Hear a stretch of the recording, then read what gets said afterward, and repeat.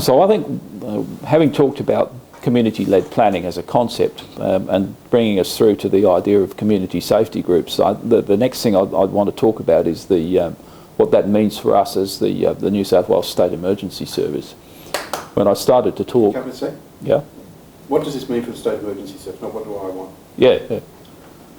So what does it mean for the New South Wales State Emergency Service? I think what I said earlier on about the number of volunteers that we have in the west of the state being a bit of a problem for us in terms of rural decline, population decline. That means that our volunteer base, the base of the number of people in the communities that we can draw on to volunteer for the service, is declining all the time. And including in that the idea that where the population itself is not actually declining, what is a problem for us is that the average age is rising, and that will continue as far as the statistics show from the Department of Planning. That's likely to continue right through from here on out. And so the number of volunteers that we can draw from those communities to become full members of the State Emergency Service is strictly limited and getting smaller. That means that even more strongly we're not going to be able to provide those response services that the service traditionally has done in the past. I don't think we ever did particularly well with that in this part of the state, but it's going to become less and less possible for us to do that into the future.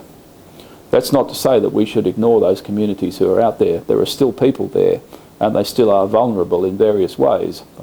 They're also resilient in various ways, and so the obvious way forward for us is to harness that resilience and try and build on it through the development of community-led plans and through the development of community safety groups who are people who live in that community and whose sole focus is dealing with the problems that that community faces. Make sense? Let's go. Yeah.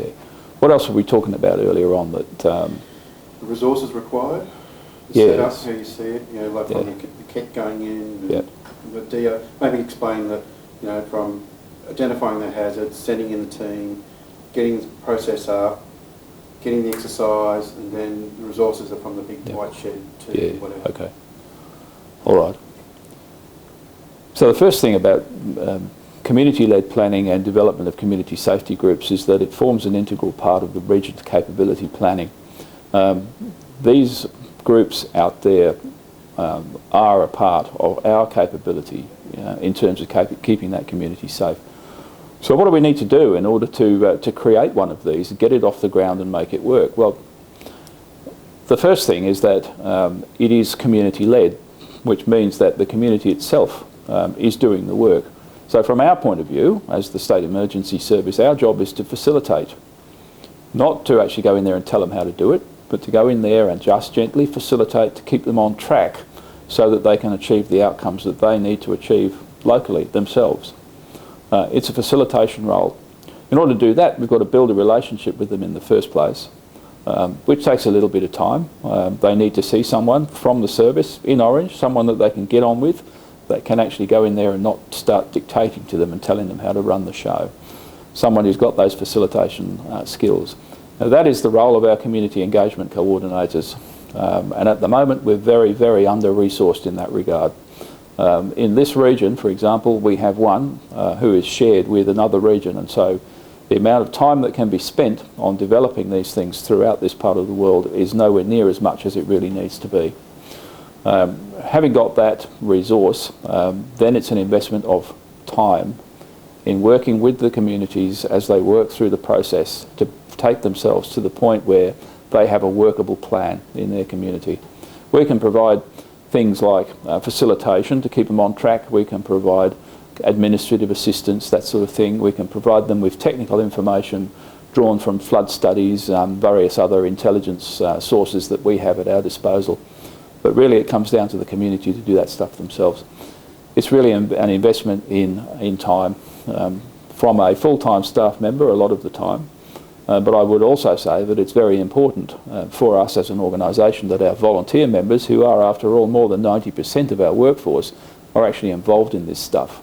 they believe in it and they buy into it, because when the chips are down, when we have a flood come through, our volunteers are going to need to be working with these people in the communities, understanding what makes them tick and understanding what's needed in order to support them and to keep their resilience up there. So I think that's a very important point to bring through.